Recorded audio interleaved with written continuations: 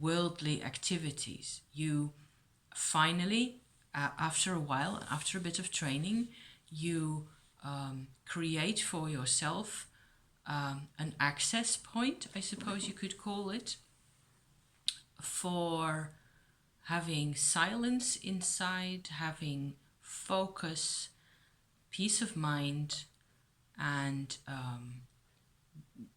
the capacity from there on out, you have the capacity to perceive a lot more of what's going on in your energy field. So I'm not going to go into the whole thing, what's energy and why and how do you call this stuff. That's for another video, okay? That's not what I'm doing at the moment. Let's just say there is a difference emotionally between this, okay, and this. There's a difference. So you can feel the difference, and not just by touch, but also holding them in your hand. They've been made for a different purpose. So I suppose that's what I call energy. So once we are removed from or stepped back slightly, you know, even just a few steps backward from the emotional turmoil that we are normally involved in, all of us, whether we want it or not, and whether we're dramatic people or not, there's still always pressure, there's always struggle, there's always attachment and those type of things. So you are trying to find a different perspective on what it is that we are attached to. That's what we're doing. So I suppose that's really the basis of what it is that I'm doing. From there on out, it turns out that I have really come to, surprisingly to myself really, to find that when you shift your focus, you shift your attention inward or to another part of your body or your organism, it's like there's a whole different view from there. So that's what I'm trying to communicate here. And that's why I'm, being a bit fussy around how to approach this, because it's a whole new world. And it's a very rich and varied world, most of which is actually positive and glorious and fantastic to be aware of. So I have every reason to meditate. It is not a chore. It is a joy, always. So, what I do is I focus inward. I focus on these 3 refuges for a tiny bit. I will always do that.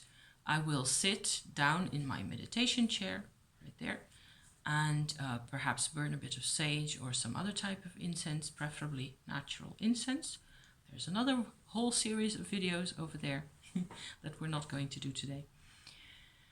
And I will just hopefully have, peace and quiet so I can do this. For me, a good time to do this is in the evening. Turn off the telly, have another cup of tea, and, just completely turn my brain away from all the superficial, things that we do with each other, whatever it is. To me, the evening, or let's say after 8 o'clock, is a good time for that. For other people, it will be early in the morning or maybe even the middle of the day. I suppose it depends on your biorhythm or some such thing. But the type of perception, the type of activity that I seek in those, in that practice, really, is awake and aware inside of me in the evening, most of all, or even in the night. I can wake up in the middle of the night, 4 o'clock in the morning, everything's dark, and I am quite, rather still sleepy or not even, I couldn't do or start any activity at that moment because I'm not really that awake. However, I can meditate.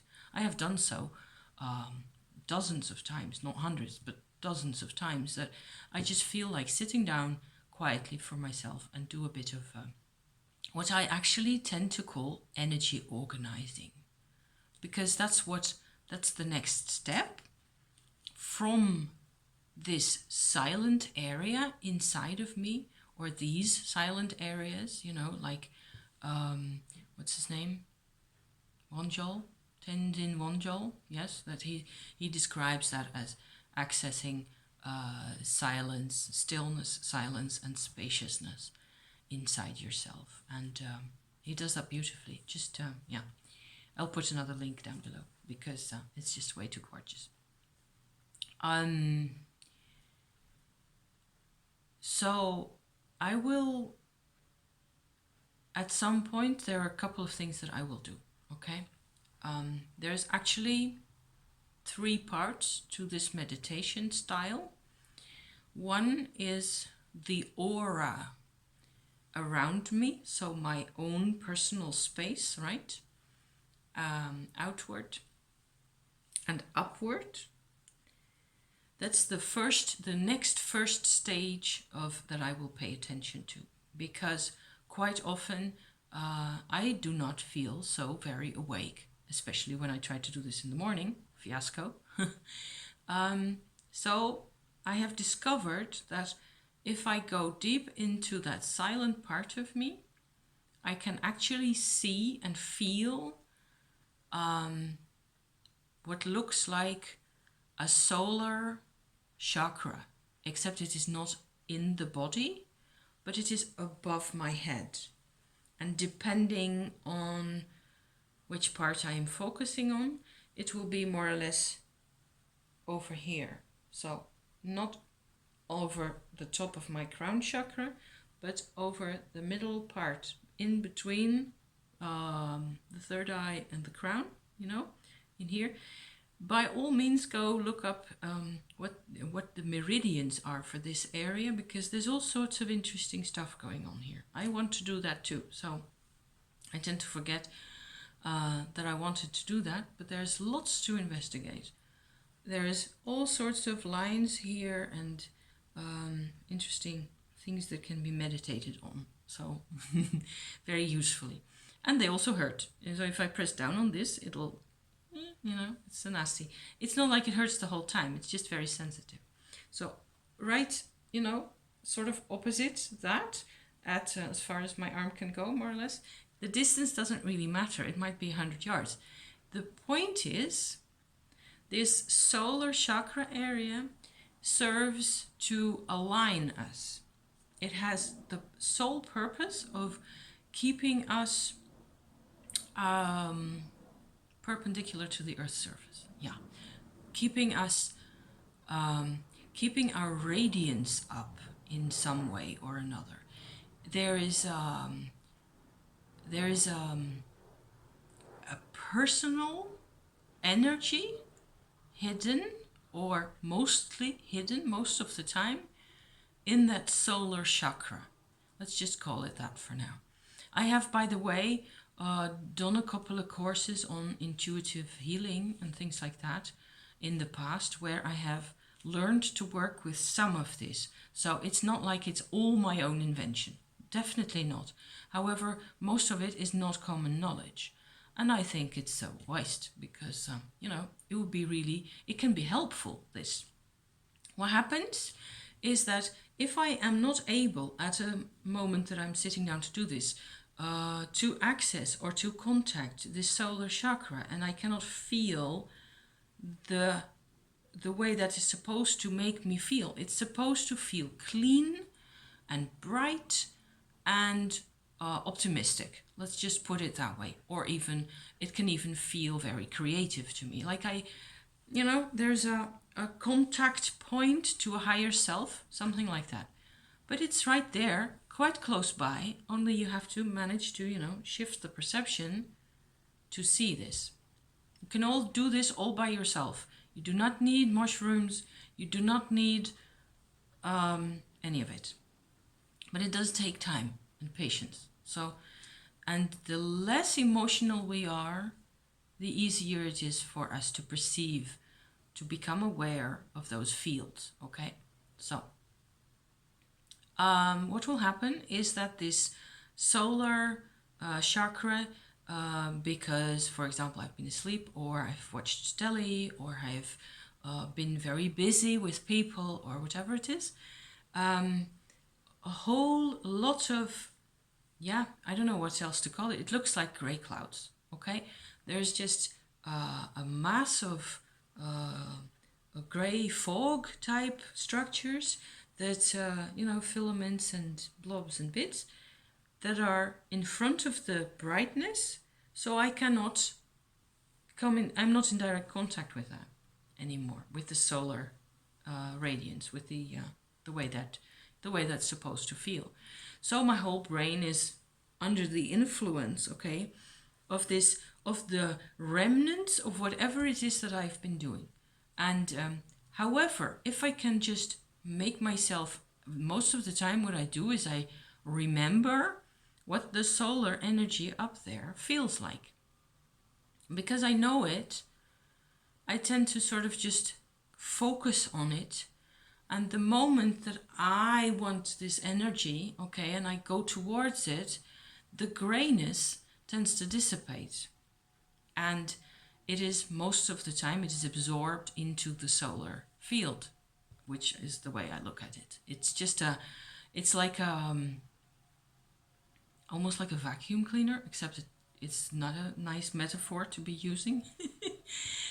Let's just, it absorbs all sorts of negativity. And in a parallel, path to this one, I will also imagine, most of the time, that's what I imagine or I visualize the edge of my own aura field as coming, like, for example, an arm's length away. And beyond that, on the outer edge or the outside of my aura, there will also be all sorts of gray stuff. It's slightly different from what's on the inside of my aura, because that's what's on the inside is produced by my own anatomy and my own metabolism. What's on the outside comes generally from other people, or from buildings, or organizations, or what have you, or from having a difficult phone conversation. That's an interesting one right there, because I can often see, for example, my husband, he does a lot of work on the phone, and he will, sometimes he'll be just completely exhausted. And so from the ballast that is on the outside, stuck on the outside of his aura, in like a layer that has everything to do with communication. It's a mind layer, okay? It's not a emotion layer. It's sheer mental, exhaustion. And if I stand next to him or a couple of yards away from him, and I sort of I go into a certain healing mode, or I ground that type of energy, he will feel relief in 5 minutes time, because he trusts me implicitly. He knows that that's what I'm doing, and he has been through that 100 times. And I can just it's not like I can see it, I can feel it. I can feel the difference. It's like a slight, there's pressure, or there's imbalance, or there's darkness, whichever way you like to call those.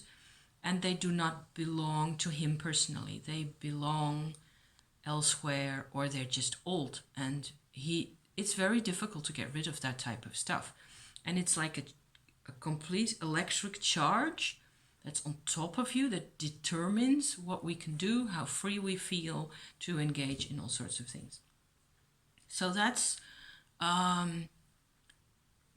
what I do with the energy that's stuck on the outside of my aura, especially if I've been with people a lot. I will sort of try to communicate that energy towards the solar chakra again. So we're back to that. And sometimes that'll be, it'll be like almost, it's like an alchemical process or something. I can feel it. I cannot really say I can hear or see anything, but I can feel like small detonations or of some sort, where the whole of the old charge of the day and all the ballast is being absorbed into the solar chakra and transformed into neutral, positive life force for me again. So I call this life force. Now we will be using the term life force again soon, because but every time I do this, it works wonders. I just feel so much more at ease. The whole of, my ideas become freer. I feel free to pursue whatever it is that I want to do for the day. So that's part 1 right there, the top part. And in the next one, I will be taking you into the earth. And that's also quite interesting. More of the same, though. So if you don't like this, feel free to wander freely.